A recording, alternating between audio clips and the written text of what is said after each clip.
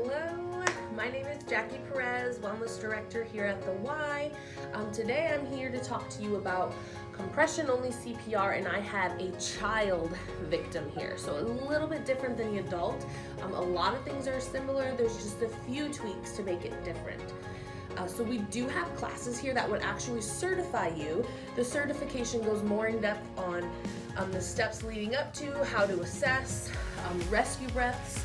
But what we're going to show you today in this video is compression-only CPR that anybody can step in and help. This video is just to show you some of the skills for the compressions. So if you're not certified, that you're able to step in case something ever happens to a loved one that would put them into cardiac arrest. So first thing I want to say, when we're doing CPR on somebody, especially the compressions, we want to make sure that the victim is on a firm, flat surface. We're not going to be able to get the chest to compress properly if they're on a soft bed or a spongy couch. We need something firm and flat underneath them in order to get the chest to compress how we need it to. So the purpose of the compressions, the way that we do it externally, is we're trying to circulate the oxygen. So if somebody is in cardiac arrest, their heart's not functioning properly, which means that a lot of the organs in the body isn't getting the oxygen that it needs. So what we're trying to do externally is to pump the center of the chest to get the oxygen to spread to the organs, and that's what we're going to do until EMTs come and can step in and help and give further care. So when we're doing compressions on a child, we're just going to be using one arm, okay? So on adults, you'll see the two arms. On a child, we're just using one. The depth is pretty similar. We want to go at least 1/3 of the chest. So depending on the size of the child, it could be anywhere from 1.5 inches to maybe just under 2 inches. So we want to go at least 1/3 of the chest in depth. And again, we want to make sure the chest rebounds. So we don't want to stay compressed in the chest. Every time we do a compression, we want to make sure that the chest rebounds. So 1/3 of the chest. The rate though is the same. So across the board, adult, infant, child, the speed at which we want to deliver compressions is about 100 beats per minute. So think Bee Gees, Staying Alive. So we reference a lot of songs in our classes to kind of correlate with 100 beats per minute. So the Staying Alive song plays at 100 beats per minute, or Baby Shark, a very popular one for kids, also plays at 100 beats per minute. So thinking of those two songs kind of helps us determine how fast that compressions need to be.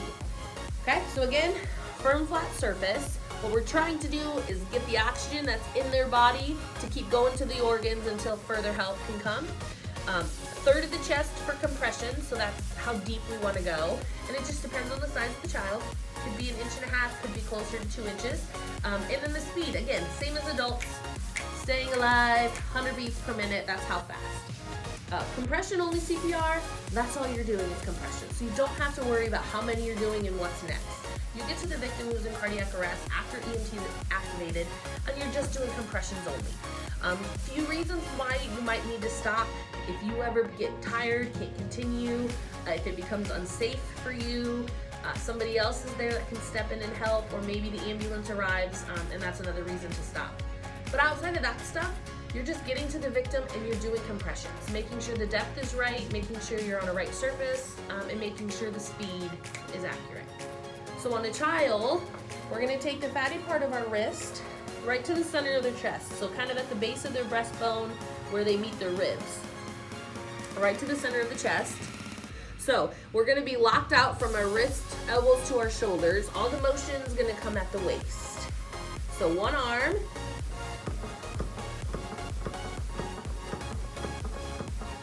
Okay, that's kind of what it looks like from the front. I'll show you a different angle here. Again, this part of our hand, right below where the ribs meet the chest bone.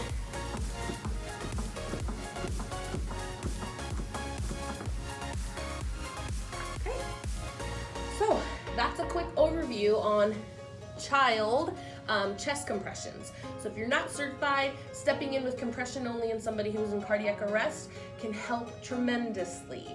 So center of the chest, straight arms, firm flat surface, 1/3 of the chest, so 1.5 inches to 2 inches in depth, and 100 beats per minute. So sing that Baby Shark song.